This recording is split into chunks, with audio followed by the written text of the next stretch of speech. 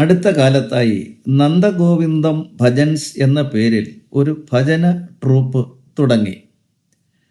അവർക്ക് ധാരാളം പരിപാടികൾ കിട്ടി.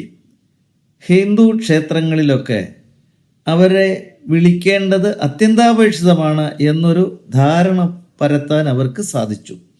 അവരുടെ ഭജന ഗാനങ്ങൾ കേൾക്കാൻ ആളുകൾ തടിച്ചുകൂടി. മാത്രവുമല്ല, അവരോടൊപ്പം ചേർന്ന് ഭജന ഗാനങ്ങൾ ആലപിക്കാനും ആസ്വദിക്കാനും ഭക്തിയിൽ ലയിക്കാനുമൊക്കെ തുടങ്ങി. അങ്ങനെ ഒരു ഭയങ്കര പബ്ലിസിറ്റിയും ഇതിന് വന്നു. ഇത് കണ്ട ചില ക്രൈസ്തവ വിഭാഗങ്ങൾ ഇതിനെ ടോർപിഡോ ചെയ്യണം എന്നുള്ള ഉദ്ദേശത്തോടു കൂടി ഭജന സംഘത്തിൻ്റെ മെയിനായിട്ടുള്ള ആളിനെ കണ്ടിട്ട് അദ്ദേഹം പഠിച്ച സ്കൂളിൻ്റെ ടീച്ചറെയും മറ്റുള്ളവരെയൊക്കെ ഉപയോഗിച്ചുകൊണ്ട് ഇവരുടെ ഈ ഭജനയിൽ ഒരു ക്രൈസ്തവ ഭക്തിഗാനം കൂടി ഉൾപ്പെടുത്തണം എന്ന് ആവശ്യപ്പെട്ടതായിട്ടാണ് മനസ്സിലാക്കാൻ കഴിയുന്നത്. മതസൗഹാർദ്ദം എന്നൊക്കെ പറയുമ്പോൾ എന്തൊക്കെ പ്രശ്നം പോലെയൊക്കെ പല സ്ഥലങ്ങളിൽ ഞാൻ കമൻറ്റുകളൊക്കെ ഉണ്ട്. പക്ഷേ അങ്ങനെയൊന്നും ഞങ്ങൾക്ക് അറിയത്തില്ലാത്ത കാലഘട്ടത്തിൽ ജീവിച്ച മനുഷ്യന്മാരാണ് ഞങ്ങൾ.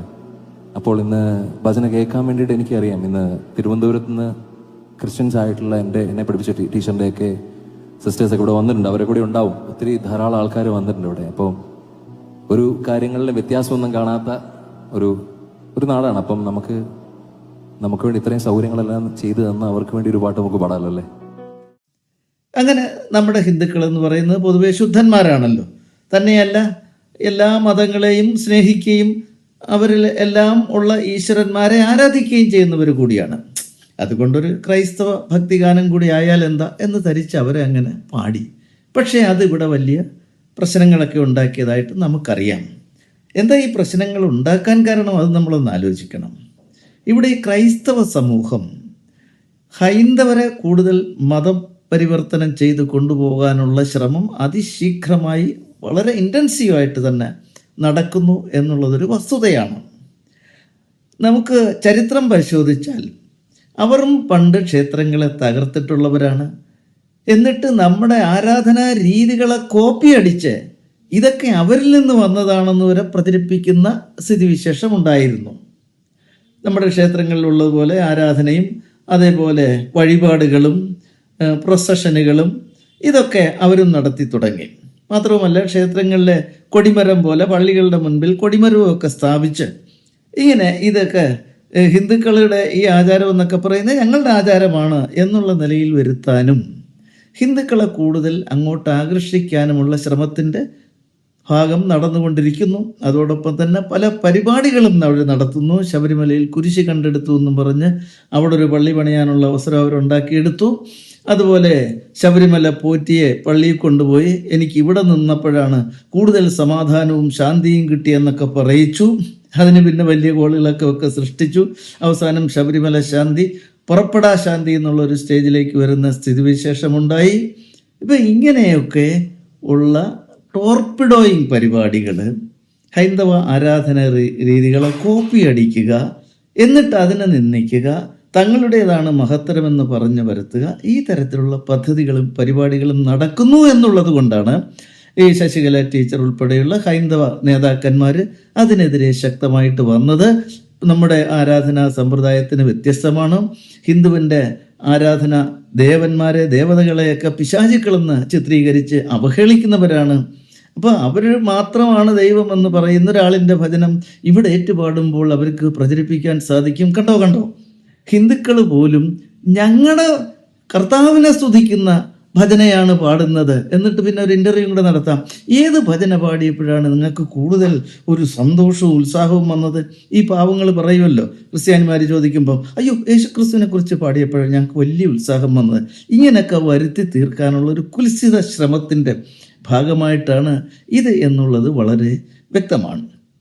മാത്രവുമല്ല, ഇവരുടെ ഈ പരിപാടികളിലൂടെ ഏതാണ്ട് നന്ദഗോവിന്ദൻ ഭജൻസിനെ പൊളിച്ചടുക്കി ഇപ്പോൾ അതിന് വലിയ പ്രചാരമൊന്നും ഉള്ളതായിട്ട് കേൾക്കുന്നില്ല.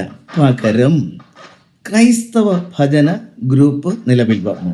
ഏതാണ്ട് ഡ്രസ് കോഡ്, രീതി, ആക്ഷൻ, ഉപകരണങ്ങൾ, തബല തുടങ്ങിയിട്ടുള്ള ഉപകരണങ്ങൾ, ഹാർമോണിയം, ഇതെല്ലാം കൂടെ ഒക്കെ വെച്ച് ഒരു തനി ഹൈന്ദവ ഭജന ഗ്രൂപ്പ് എന്ന് തോന്നിക്കുന്ന രീതിയിൽ നന്ദഗോവിന്ദൻ ഭജനം സംഘം എന്ന് തന്നെ വരുത്തി തീർക്കുന്ന തരത്തിലുള്ള ഒരു സംഘം രൂപീകരിച്ചുകൊണ്ട് ഇപ്പോൾ ഇങ്ങനെ ഭജന പാടിക്കൊണ്ടുവരുന്ന ചിത്രം നമുക്ക് കാണാം. ഇപ്പോൾ യൂട്യൂബിൽ പല ട്രൂപ്പുകളും പ്രത്യക്ഷപ്പെടുന്നതായിട്ട് കാണാം.